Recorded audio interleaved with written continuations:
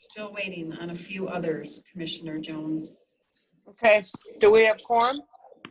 No.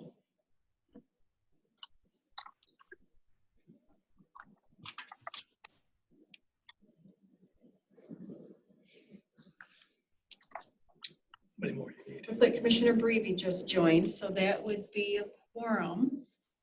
Right.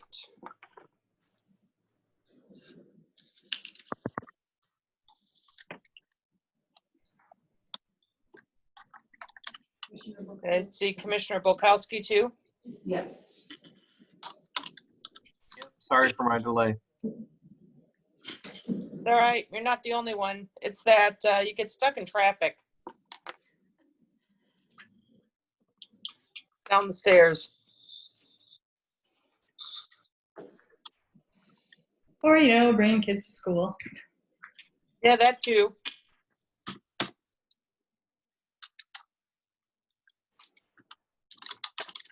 Sometimes the Wi-Fi just doesn't want to work. That too.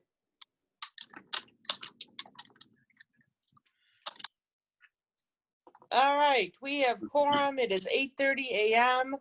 Why don't I go ahead and have Wayman, please start with the notice regarding electronic participation?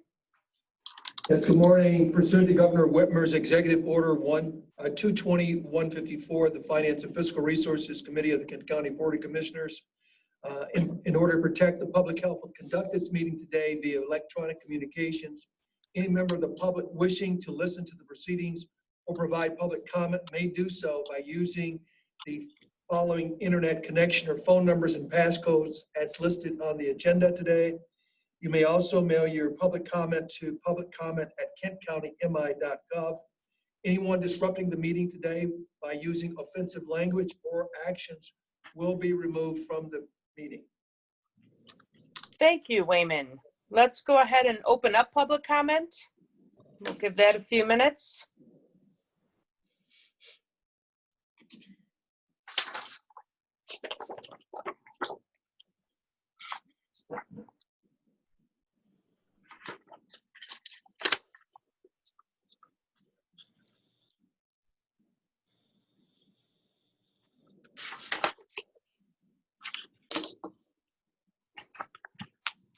Just a reminder, if you're not speaking, to please mute your phone.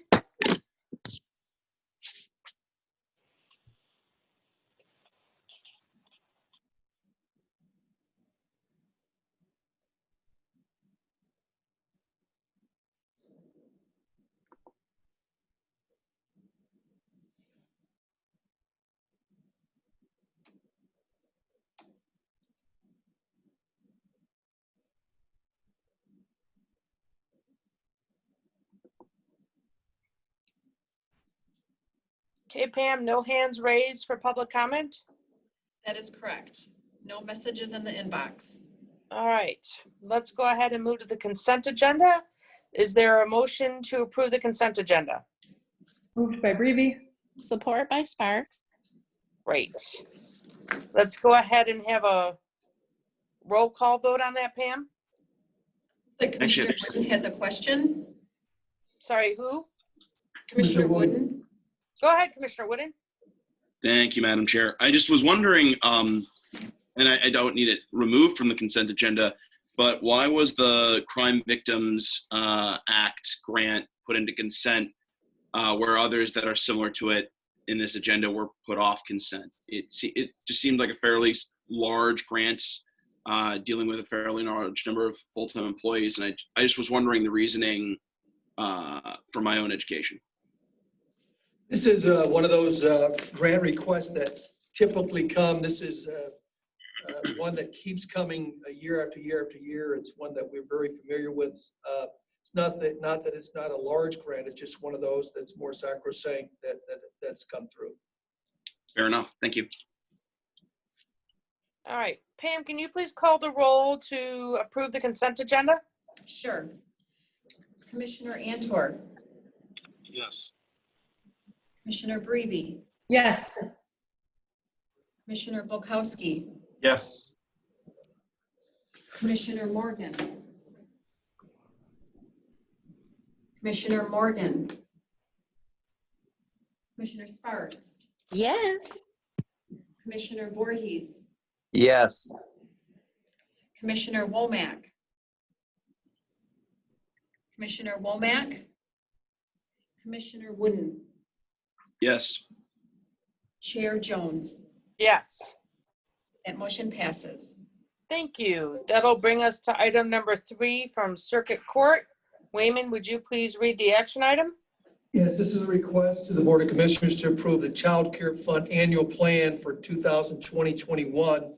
It is to appropriate $29.2 million to the 2020-21 Child Care Fund budget and to authorize the board chair or designee to execute all contracts with the proposed local agencies, the grant agreement with the Michigan Department of Health and Human Services, approve extensions and amendments and increases to the grant appropriations not to exceed 15% of the original award, and subject to final review of the documents by corporate counsel.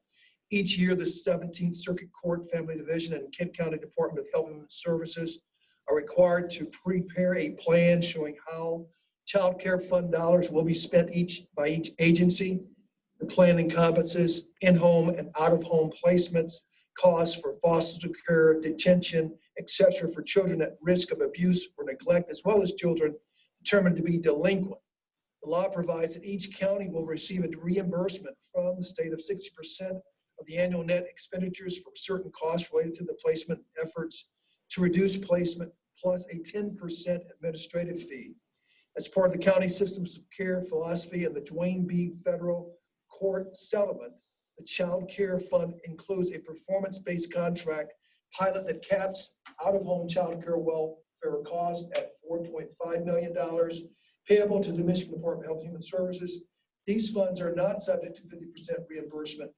For the 2021 funding, funding will be provided to the agencies on the attached contractual services providers list to provide necessary services for children in the juvenile justice and or child welfare systems. Prior to signature, corporate counsel will review and approve all documents. Is there a motion to approve? Moved by Breve. Support by Support Sparks. Bukowski or Sparks. No, Bukowski can have it. Okay, and we'll take questions, comments, and discussion.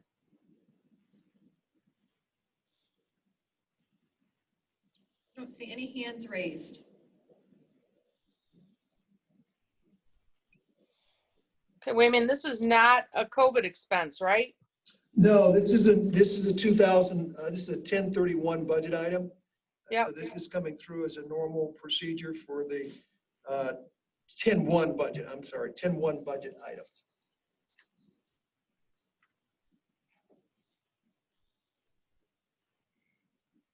Okay, without seeing anything else for discussion or comments, let's go ahead and take a roll call vote, Pam. Commissioner Antor, Yes. Commissioner Breve, Yes. Commissioner Bukowski, Yes. Commissioner Morgan, Commissioner Sparks, Yes. Commissioner Voorhees, Yes. Commissioner Womack, Commissioner Wooden, Yes. Chair Jones. Yes. And that motion passes. Thank you. That brings us to item 4 on our agenda, also from the Circuit Court. Wayman, would you please cover the action request? Yes, this is a request to the Board of Commissioners to accept and appropriate $176,000 from the State Court Administrator's Office to the 2020-21 Special Projects Fund for a 17th Circuit Court Juvenile Mental Health Court, and to authorize board chair designee to execute the grant agreement, approve extensions, amendments, and increases to the grant appropriation not to exceed 15% of the original award. A mental health court is a specialized court docket for certain juvenile defendants with mental illness that substitutes a problem-solving model for traditional criminal court processing. The Circuit Court submitted a request for $176,000 for implementation of a juvenile mental health court within the county. And grant dollars will be used to contract for the following services: program coordination, clinical support, incentives, data entry, program involvement, drug test, and legal defense. The term of the grant is October 1, 2020 through September 30th, 2021. It is expected that the grant will be renewable. Prior to signature, the corporate counsel will review and approve all documents. This action is not an activity related to COVID-19. Thank you. Is there a motion to approve? Moved by Breve. Support by Sparks. Okay, moved and supported, and we'll take questions, comments, and discussion. Quick question. Yes, Commissioner Bukowski. Thank you, Chair. Wayman, was this approved for October 1? The dollars from State Court Administrator? Yes, this is a renewal of the current arrangement that we have with Scale. So this is coming to you as an additional amount to continue the funding for the 2021 year. So it's October 1, 2020 to September 30th, 2021. So this is for the next year. All right, thank you. Yes.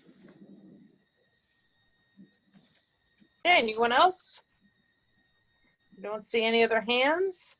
Pam, would you please take the roll call? Sure. Commissioner Antor, Yes. Commissioner Breve, Yes. Commissioner Bukowski, Yes. Commissioner Morgan, Commissioner Sparks, Yes. Commissioner Voorhees, Yes. Commissioner Womack, Commissioner Wooden, Forgive me, I was muted. Yes. Chair Jones, Yes. and that motion passes. Thank you. That will bring us to item number 5, also from the Circuit Court. Wayman, would you please review the action request? Yes, this is a request of the board to accept and appropriate $225,000 from the State Court Administrator's Office to the 2020-21 Special Projects Fund for a Circuit Court, Mental Health Court, and authorized board chair or designee to execute grant agreements, approve extensions, amendments, and increases to the grant appropriation not to exceed 15% of the original award. This is renewal of the 2017 Mental Health Court Planning Grant awarded by the State Court Administrator's Office. A mental health court is a specialized court docket for certain defendants with mental illness that substitutes a problem-solving model for traditional criminal court processing. The Circuit Court submitted a request for $225,000 for implementation of the mental health court within the county. Grant dollars will be used to contract for the following services: program coordination, clinical support incentives, data entry, program involvement, drug testing, and legal defense. The term of the grant is October 1, 2020 through September 30, 2021. It is expected that the grant will be renewable. Prior to signature, corporate counsel review and approve all documents. This action is not an item related to COVID. Thank you. Is there a motion to approve? Move, Bulkowski. And support? By Breve. Great. Moved and supported, and we'll take questions, comments, and discussion.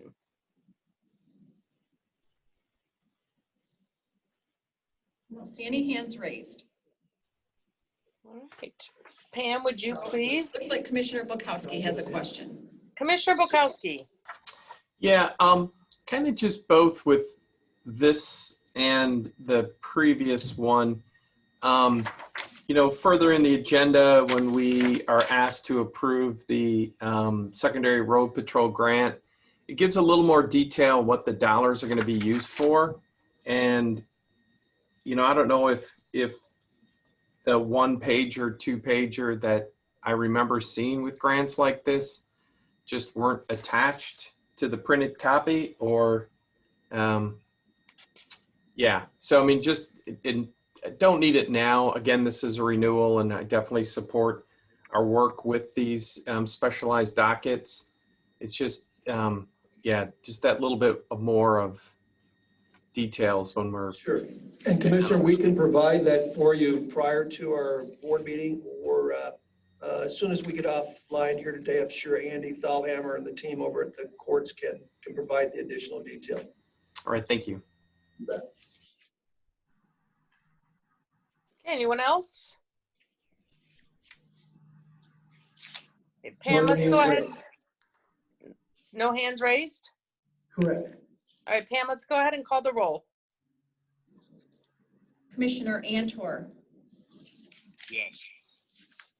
Commissioner Breve, Yes. Commissioner Bukowski, Yes. Commissioner Morgan, Commissioner Sparks, Yes. Commissioner Voorhees, Yes.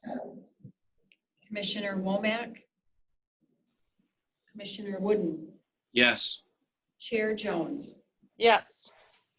That motion passes. Okay, that will bring us to item number 6. Wayman, would you please cover the action request? Yes, this is a request to the board to purchase property at 1434 Bradford Southeast Northeast for the sum of $152,100 plus closing costs, and to transfer the funds from the Strategic Capital CIP Project Fund, and to authorize the board chair or designate to execute all documents, extensions, and amendments, and increases to the grant appropriation not to exceed 15% of the original award, subject to final review of the documents by corporate counsel. In accordance with this ongoing development for the Fuller campus, the county actively seeks to acquire parcels immediately adjacent to the campus on the south side of Bradford, northeast. As such parcels become available, facilities management recently learned that a qualifying parcel at 1434 Bradford Northeast was available for purchase. A diagram showing the location of the parcel is attached. On August 21, 2020, the county made an offer on the parcel to secure it until such time as the Board of Commissioners could consider the purchase. Based on state equalized value, the county has offered to purchase the parcel for $152,100 plus closing costs. And closing costs estimated to be $2,850. Prior to signature, corporate counsel will review and approve all documents. The action item is not an action item related to COVID-19. I'd just like to add to that this is the last parcel on that Bradford Street, which the board has been pursuing for some time. So this is really a unique opportunity for the county to do what it intended to do for years on that complex. Thank you, Wayman. Is there a motion to approve? Moved by Wooden. Support by Breve? Okay, moved and supported. We'll take questions, comments, and discussion.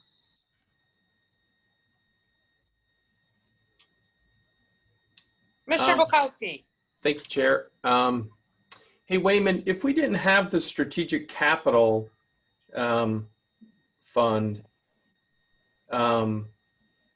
where would these dollars have come from? Or were these dollars already set aside waiting for this parcel to come up for sale? We would probably reach back into the general fund via facilities management and figure out a way to balance their budget out for the remainder of the year. It's probably what we would have done in this scenario. Okay. Yeah, and then do we have some kind of celebration to acknowledge that that we have everything on that side of Bradford now, which has, as you noted, has been the goal for many, many years. I think it would behoove the board, I believe, to do something like that, to have some sort of celebration. I don't know if it's a ribbon cutting or I don't know what it would be, but I think something to celebrate, as you say, the last piece. So I would highly recommend that would be something for the board to consider. Yes. It's been a long while. And the neighbor, we continue to maintain a good relationship. Al Geno can tell you more about that, but it's been a long lasting relationship there with the resident. And it just goes to show you how maintaining positive relationships can be. So I would highly recommend something. I don't know what that would look like. So that's something we could talk more about with the board chair and figure out what that would do.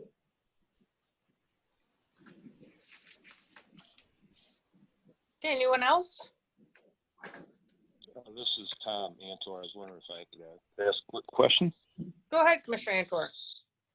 I was just wondering, those properties that we bought over the years, what is that zone? Is that zoned as a residential area, or is that mixed right there? Al Giano's on the line. I think you asked the question whether or not it was a residential zone, residential or not. And Al, can you speak to that, please? As we buy them, it moves over into our campus. So, and there's not really any zoning changes that have to happen. We've acquired these since the mid 80s, maybe, about mid 80s. I've been conversing with this person for 32 years on selling their property. Just once a year, just to make sure they got my number. And in my tenure, 13 of them across there. It really gives us, as Wayman shared, everything on the south side of Bradford then becomes part of the Fuller campus. And But they were zoned. These are residents. Were they zoned as a residential? I missed the first part. it's mixed. It's mixed, so we haven't had to do any zoning changes. Okay, I gotcha. All right. Thanks, Al.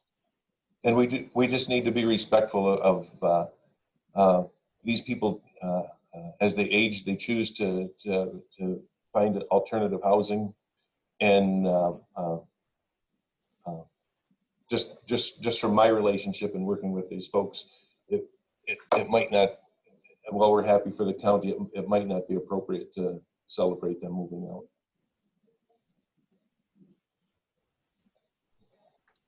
We can talk about that, Al. Yeah.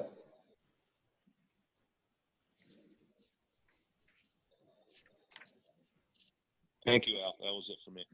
So Al, is there a house on that property then? Yes, And what are we doing with the house? we'll raise the house. Okay. The owner is known for quite some time that she'd be relocating. So she also understands that the house would be raised. Okay. Any other Al, questions? we're not moving the house, are we, Al? Are we moving the house, or is it just simply going to come down? The construction of that house would not, the construction and overall condition of the house, it's not a conducive one to relocate. We moved a couple from that in the years, over the past 30 years. I think we moved 2 houses from there. The rest have not been, it hasn't been a viable cost option over new construction to move them. Al, what's the cost of raising the house? About $5,000 by the time they remove the footings and foundation also. All right, anyone else have any questions? Sorry, Diane. This is Tom. Go ahead, again. Commissioner Antor. Have you ever used any of these properties that we've acquired before and donated them to the fire department to train on as far as? Yes, we've used fire departments. The various police agencies use them for their canine training, and we do reach out to both the fire department that uses it not for burning. They don't burn in there, but they use it for they'll set off smoke and train people, new recruits especially, to navigate through a smoke-filled residence like that. And we always reach out to them for that, and we always reach out to the canine teams that also use it. Okay, that's what I was wondering. That's great. Thank you for sharing that. All right, thank you. Okay, anyone else? No other questions? All right, Pam, would you please call the roll? Sure. Commissioner Antor.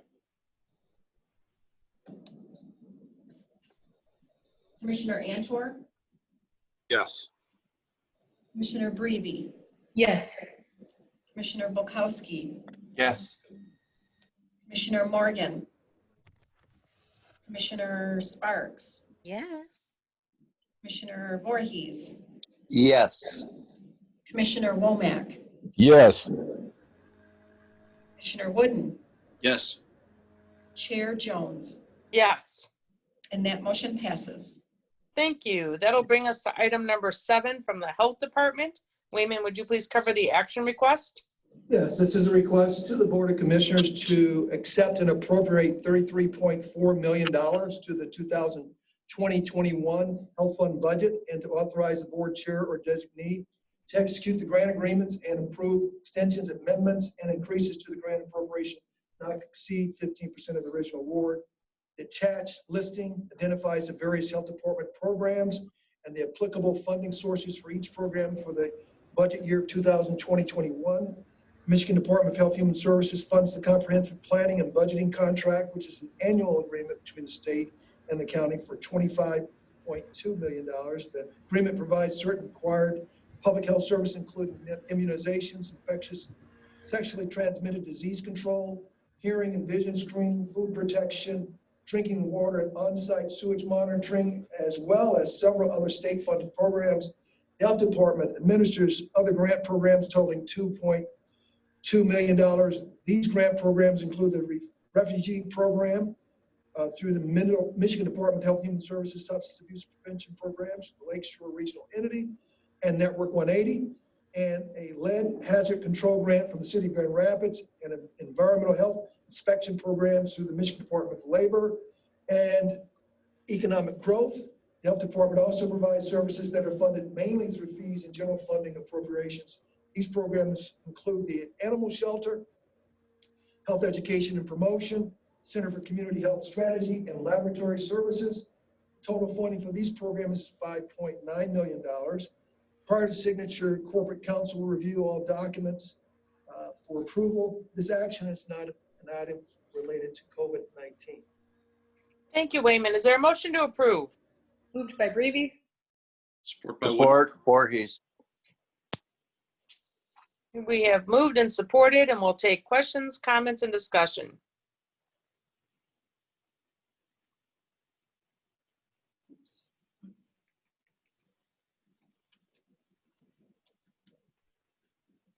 Commissioner Wooden. Okay, have a question? Commissioner Wooden? Thank you, Chair. Just a clarifying question. I'm seeing, particularly with the CPBC funding and then our general fund contribution, what determines that? Is it a population formula? Is it a matching dollar system? However much we put in, they'll give back. What determines how much we get from the state and how much we spend ourselves? Let's have Adam London, or I don't know if Finance Director from the Health Department, Gail Brinks, are on the line, but maybe either one of them can talk about the formula and how that works. Yeah, good morning, Wayman. Good morning, Commissioners. There is a funding formula the state has that is based on population.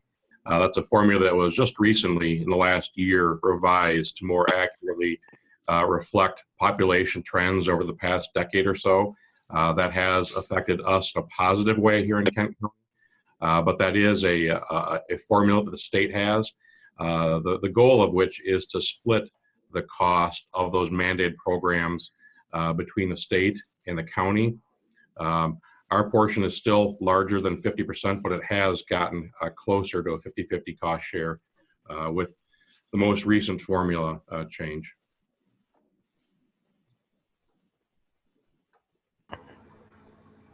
Anything else, Commissioner Wooden? That's it. Thank you. Okay, Commissioner Bukowski? Thank you, Chair.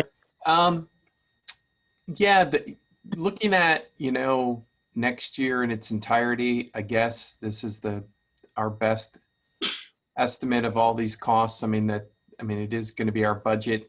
My question, Adam, is because of the stress and strain of the last 6 months, 7 months, have additional weak spots within your department, have they appeared? And where there's needed resources to shore up other parts of the operation that, again, without this pretty significant stress on your systems, they wouldn't have appeared. And so, this, the best of my reckoning, this is a continuation budget. apart from the COVID dollars that have come in. So yeah, I mean, are we investing enough in our public health system in Kent County? Yeah, thank you for the question, Commissioner. You know, this is largely a continuation budget, as you mentioned. And I think that we were very fortunate going into the crisis of the past 6 months to have the kind of support that we've had from IT and from facilities and others that have put us in a good spot, and fleet management and so many others that put us in a good spot to be able to adjust and continue to provide service during the pandemic. I think what concerns us is that, you know, we're going to, and we're well prepared to deliver vaccine and do the things that we need to do to address the urgent needs with COVID. But what are the lasting consequences that this pandemic has across the community on housing, on jobs, on education? You know, the kind of disorder that a pandemic creates that maybe aren't measured in the number of sick people, but in the number of lives that have been affected in such a negative way. So, you know, I think we're all learning together what that looks like after vaccine. But it's something I think we all need to be aware of and mindful of, that the consequences of what's happened this year aren't going to just disappear once the virus is addressed. Do you have anything else, Commissioner Bukowski? No, that's good. Thanks. Okay. Anyone else? No other questions? Okay, Pam, would you please call the roll? Sure. Commissioner Antor, Yes. Commissioner Brady, Yes. Commissioner Bukowski, Yes. Commissioner Morgan, Commissioner Sparks, Commissioner Sparks, Yes. Commissioner Voorhees, Yes. Commissioner Womack, Yes. Commissioner Wooden, Yes. Chair Jones. Yes. That motion passes. Thank you. That will bring us to item number 8, Kent County Community Action. Wayman, would you please cover the action request? Yes, this is a request to the Board of Commissioners to accept grants from the state of Michigan, the Air Agency on Aging of Western Michigan, and the Interurban Transit Partnership. Appropriate $2.2 million to the 2020-21 Kent County Community Action Fund, and to authorize the board chair designate to execute the grant agreement, approve extensions, amendments, and increase to the grant appropriation not to exceed 15% of the original award. The following list identify the various amounts, general fund transfers and program donations to be accepted and appropriated to the Kent County Community Action Fund in the total of $2.2 million. The CSB grant is a 2-year grant that runs from October 1, 2020 to September 30th, 2022. Prior to signature, Corporate Counsel will review and approve all documents. This action item is not an activity related to COVID-19. Thank you. Is there a motion to approve? Support by Breve? So was that moved by Sparks? I believe so. Yes. No. Okay, who moved that? I'll move it. Supported by Breve.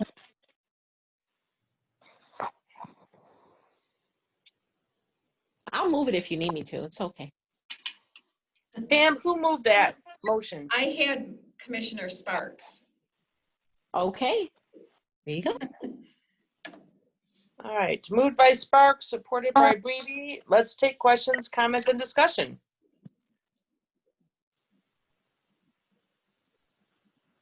Commissioner Wooden has a question. Yes, Commissioner Wooden. Thank you, Madam Chair. I had just 2 questions. First, looking at this appropriation, I see that we're getting another $1.1 million for community service block grants. Even though this is not a COVID-related item, are we going to be aligning the CSBG services we are appropriating from here to be in line with the CSBG services we're funding through the COVID-related funds we received in this same stream of revenue. And two, I noticed that there was no community development block grants, home investment partnership were not listed in this appropriation. Is that because they're in another budget of the county, or is it that because they're on a different budget cycle, we're not accepting those dollars this year? No, this is a different budget line item related to CSBG versus CDBG, Commissioner. And the $1.8 million, could Susan Cervantes, could you chime in on the second question of the first question, please? Yes, the CSBG activities are going to align with the CSBG COVID activities. We are providing homelessness prevention with both of those. Although with the regular CSBG dollars, it's much less because of the CSBG grant is our operational grant. And then for your question number 2, the CDBG and home grants are a 7-1 start grant. And so we've already appropriated those in June. Thank you. Okay, anyone else? No other questions. Okay, Pam, would you please call the roll? Commissioner Antor, Yes. Commissioner Breve, Yes. Commissioner Bukowski, Yes. Commissioner Morgan, Commissioner Sparks, Yes. Commissioner Voorhees, Yes. Commissioner Womack, Yes. Commissioner Wooden, Yes. Chair Jones. Yes. That motion passes.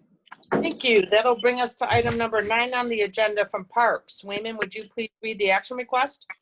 This is a request to the Board of Commissioners to approve a project agreement as provided by the Michigan Department of Natural Resources for the acquisition of approximately 71 acres to expand Chief Hazy Cloud Park and to accept $1.6 million from the DNR and $709,000 in contribution from local sources, and to authorize board chair designee to execute all documents, approve extensions, amendments, and increases to the grant appropriation not to exceed 15% of the original award, subject to final review of the document by corporate counsel.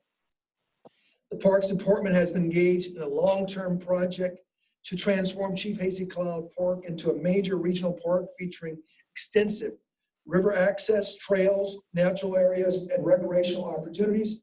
Once acquisitions currently in progress are complete, this park in Ada Township will encompass 323 acres with 3.1 miles of frontage on the Grand River.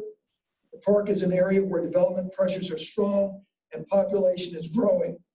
Acquiring the final 2 parcels would add approximately 71 acres and a half a mile of river frontage to the park. Acquiring this land is consistent with several objectives set forth in the park's Trails and Natural Areas Master Plan. On March 14, 2019, the Board of Commissioners approved a submittal grant request to the Michigan Natural Resources Trust Fund seeking funds to acquire approximately 71 acres of land to expand the Chief Hazy Cloud Park.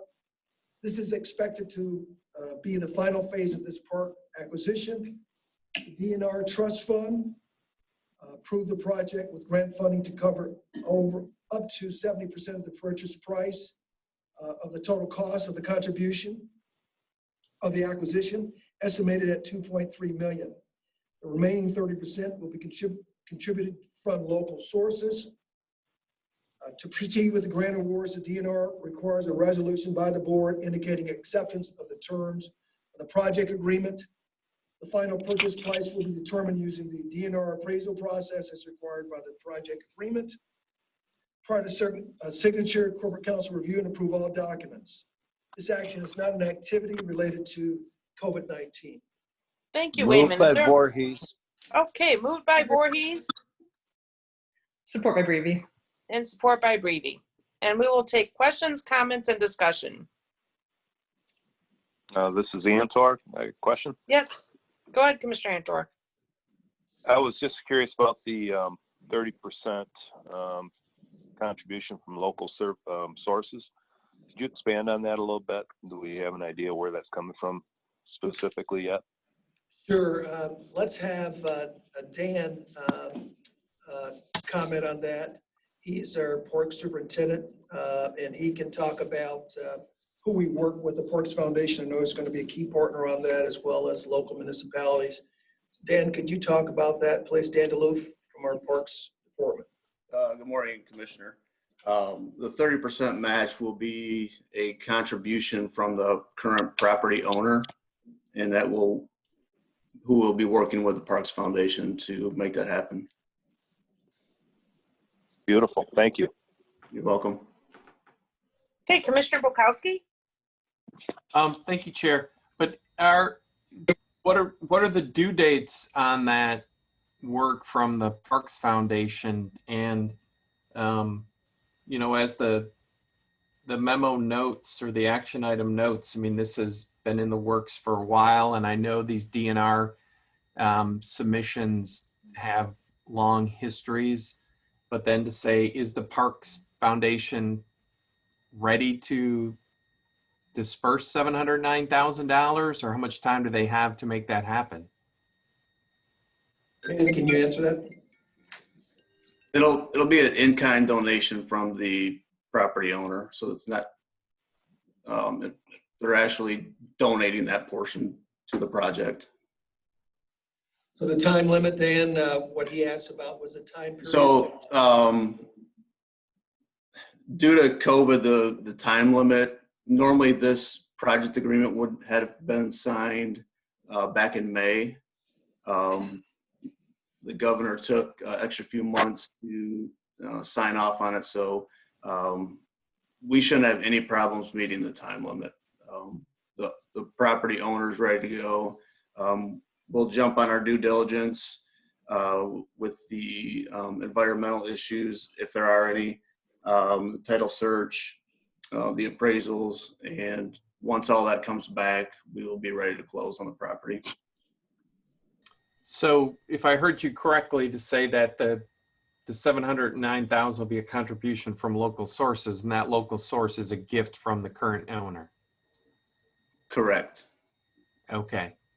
Then my other question, Wayman, related to the purchase of the last parcel on Bradford, and there's a number of parcels that kind of look similar to the outlines on Pettis on this map at Millennium Park, where we've been purchasing those one at a time. You know, again, the county's policy and practices, we don't go for eminent domain. We wait for the owners to want to sell. So that being said, you know, I quickly count at least 6 or 7 parcels that are along Pettis. Are those in our plan to purchase when they come up, or we're going to allow those to remain residential or whatever the use is right now? Because I could imagine if there's structures on these small parcels on Pettis, they would be a lot more expensive than the little house on Bradford. It's a good assessment, I would say. I see Dan shaking his head, but Dan, could you speak to our philosophy on acquisition of these additional properties, please?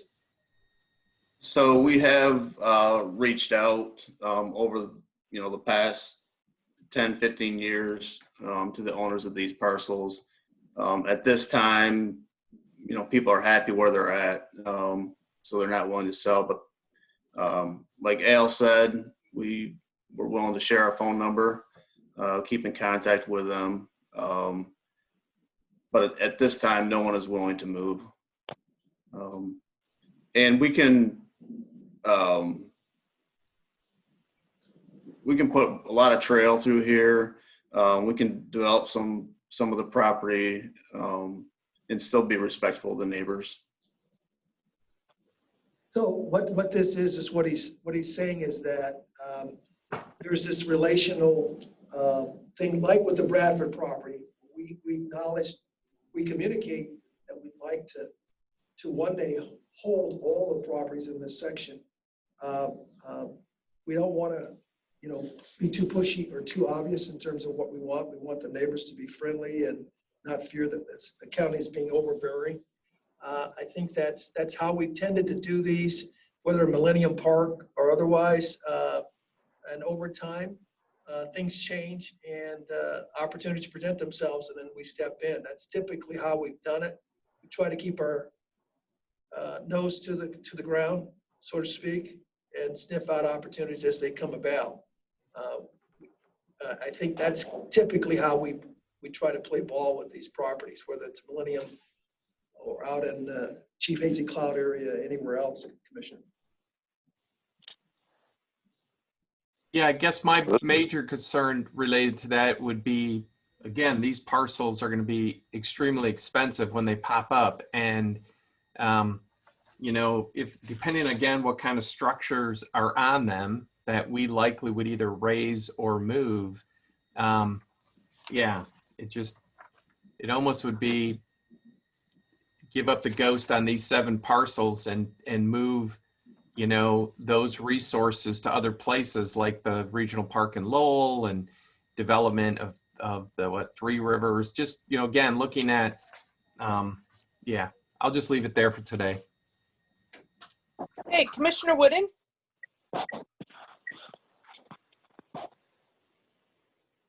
Commissioner Wooden? Yes, my question was, thank you, Chair. My question was pertaining to,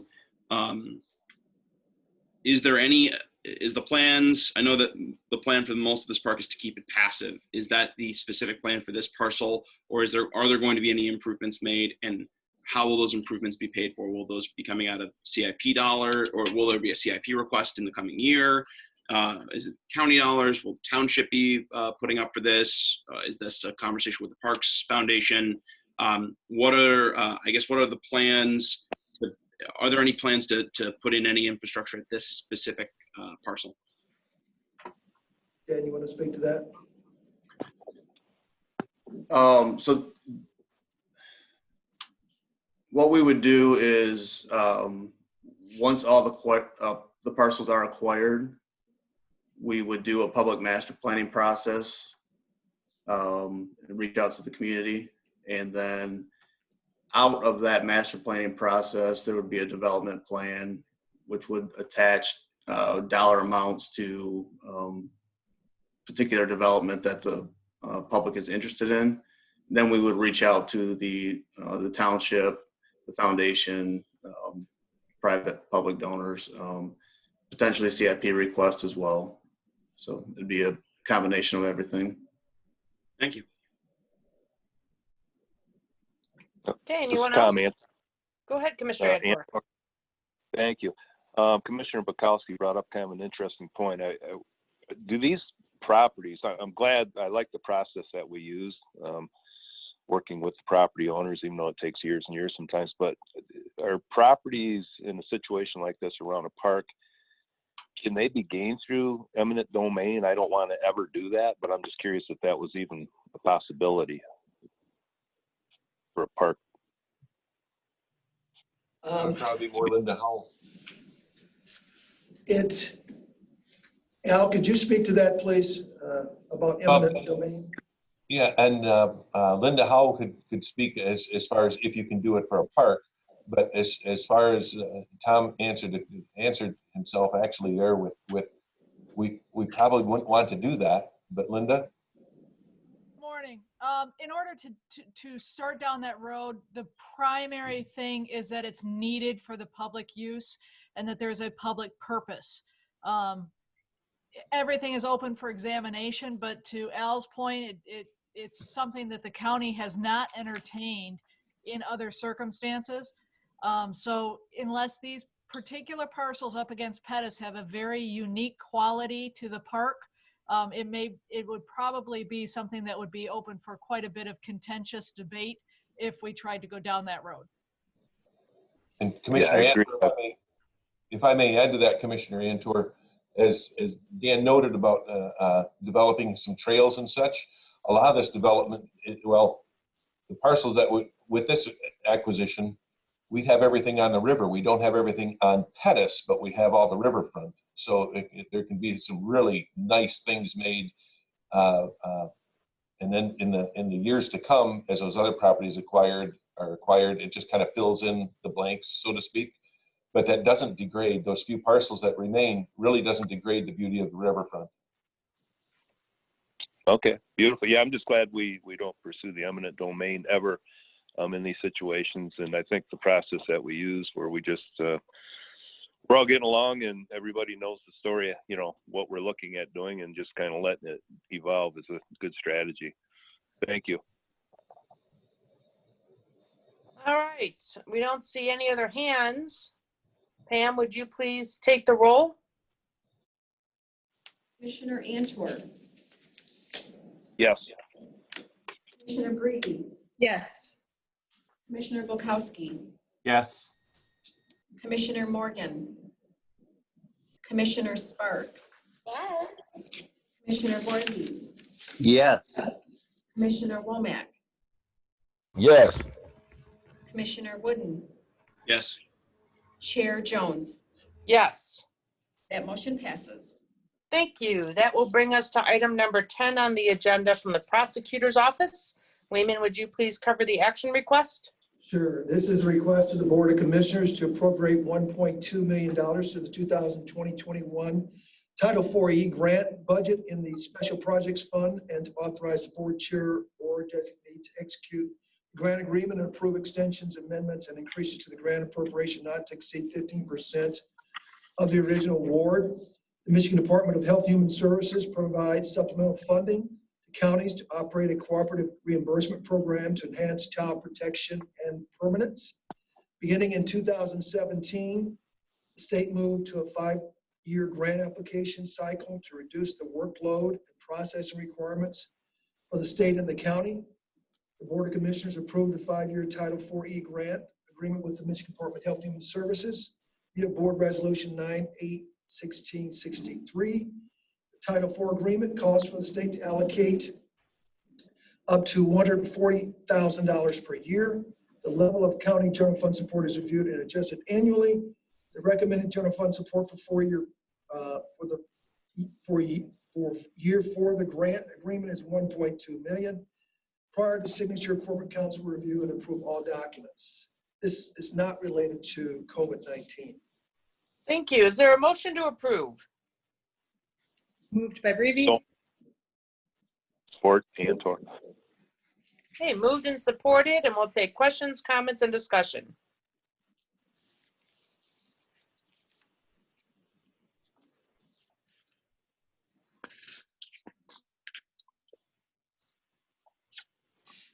All right, we don't see any hands. Pam, would you please call the roll?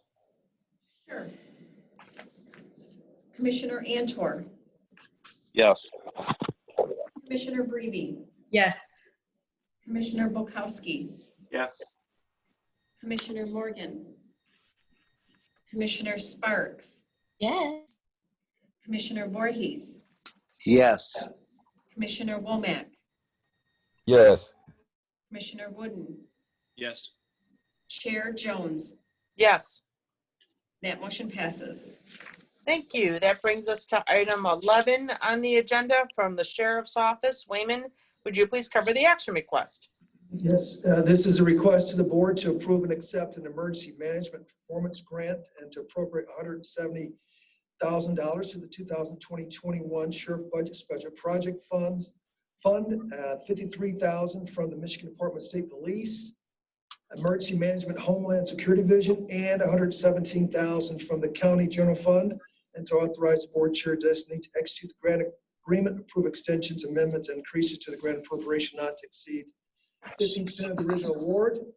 The Michigan Department of State Police, Emergency Management Homeland Security Division provides under the EMPG on an annual basis the federal pass-through funds from the development and maintenance of emergency management program capable of protecting life and vital infrastructure in times of disaster or emergency. The grant funds, if approved, will continue to pay a portion of the emergency manager's salary and benefits in the approximate amount of $53,000. Grant period is October 1, 2020 to September 30, 2021. Prior to signature, council will review all documents for approval. This action item is not related to COVID-19. Thank you. Is there a motion to approve? Moved by Brevi. So moved. Support Antor. Thank you. We'll take questions, comments, and discussion.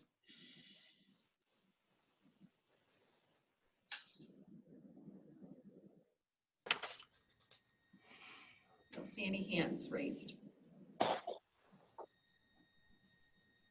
Okay, let's go ahead and call the roll, Pam.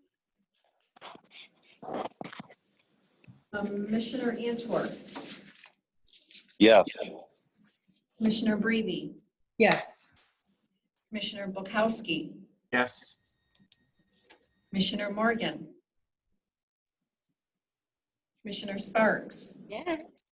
Commissioner Voorhees, Yes. Commissioner Womack, Yes. Commissioner Wooden, Yes. Chair Jones. Yes, That motion passes. thank you. Did I see a quick question from Commissioner Sparks? Did you have a question, Commissioner Sparks?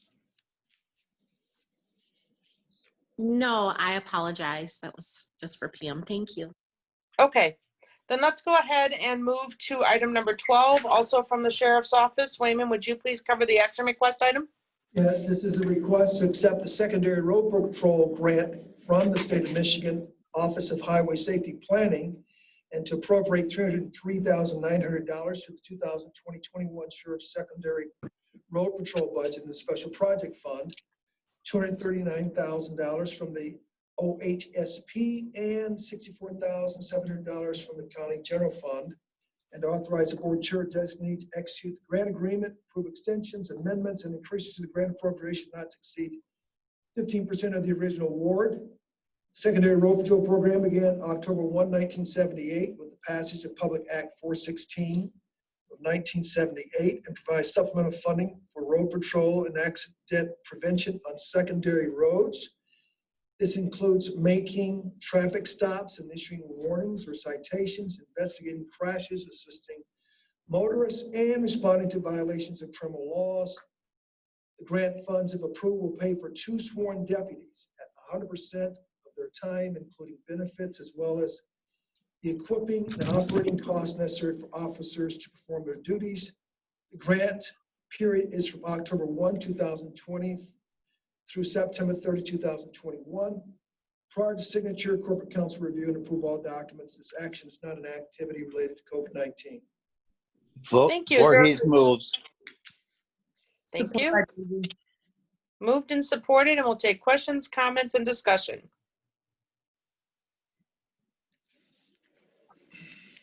Don't see any questions or hands raised. Hey, Pam, would you please call the roll? Sure. Commissioner Antor, Yes. Commissioner Brevi, Yes. Commissioner Bukowski, Yes. Commissioner Morgan, Commissioner Sparks, Yes. Commissioner Voorhees, Yes. Commissioner Womack, Yes. Commissioner Wooden, Yes. Chair Jones. Yes. That motion passes. Thank you. That will bring us to item number 13, which is miscellaneous. This is Antor. Yes, Commissioner Antor. I just want to apologize for my equipment malfunction this morning. I couldn't get on with my computer, so I had to call in, but I appreciate patience there. Also, on the secondary road that we just passed through the sheriff's office, I've brought this up before with folks down at the road commission. You know, we have a lot of fatal accidents out here on the secondary roads, usually at intersections that sometimes aren't marked real well. And I've always thought that in the process, and this is, I guess, more for a road commission, but something maybe we could work on together, when they're redoing roads, repaving roads in and around intersections, if they could put a line, just a chatter line before you reach these intersections to wake people up a little bit, Wouldn't cost anything. It'd be a real simple something to snap people to attention because we have way too many fatals. And I can pretty much take you around here and show you the type of intersections we have them at. People blow through them. For whatever reason, they're distracted. And I'd love to see both the state of Michigan and these county road commissions address it by adding chatter strips. That's all it is. When you're resurfacing the road, you just put a chatter strip in before the intersections. Way off topic, but this miscellaneous. I'd like to see that happen in the future. Yep, go ahead and contact our friendly road commission, Commissioner Antor. Yeah, I will. I could use some support though. Thanks. Okay, anyone else for Commissioner Miscellaneous? Don't see any. Okay, I want to chime in because our next meeting will be September 15th. And after that meeting, we will be having a budget work session. Again, with work sessions, there's no decisions made, but it's an opportunity for us to collect information, ask questions, and that is one we are now doing just a little bit differently than we have in the past. I'm not looking for something that lasts 4 or 5 hours.